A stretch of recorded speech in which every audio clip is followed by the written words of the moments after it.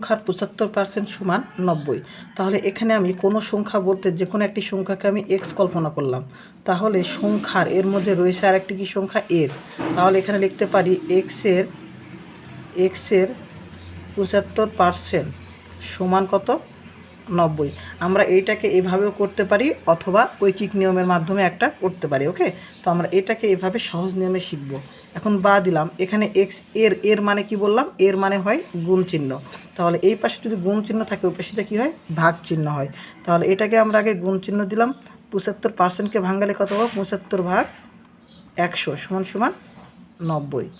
বা এখানে এক্স রাখলাম, এই গুণ চিহ্ন থাকলে ওই পাশে ভাগ হয়। তাহলে এখানে লবে গুণ আছে, ওই পাশে যে হর হবে, হর থাকলে লব হবে, অর্থাৎ হরটা লব হবে, লবটা হর হবে। তাহলে গুণিত উপরে যাবে 100 আর নিচে আসবে 75। এবার আমরা এই অঙ্কটিকে যদি কাটাকাটি করি তাহলে সমাধান করতে পারবো। তাহলে আমরা এটাকে কাটাকাটি করি, 5 দিয়ে করি। 5 5 15 75, 5 20 100। ওকে, এরপর 15কে 15, 6 15 90। তাহলে 6 20 কত হবে? 120, তাই না? তাহলে এখানে উত্তরটা কত হলো? 120।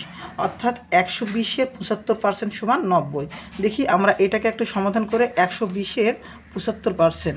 তাহলে 120 এর মানে গুণ 75%, মানে 75 ভাগ 100। তাহলে এটাকে কাটাকাটি করি, 0 0।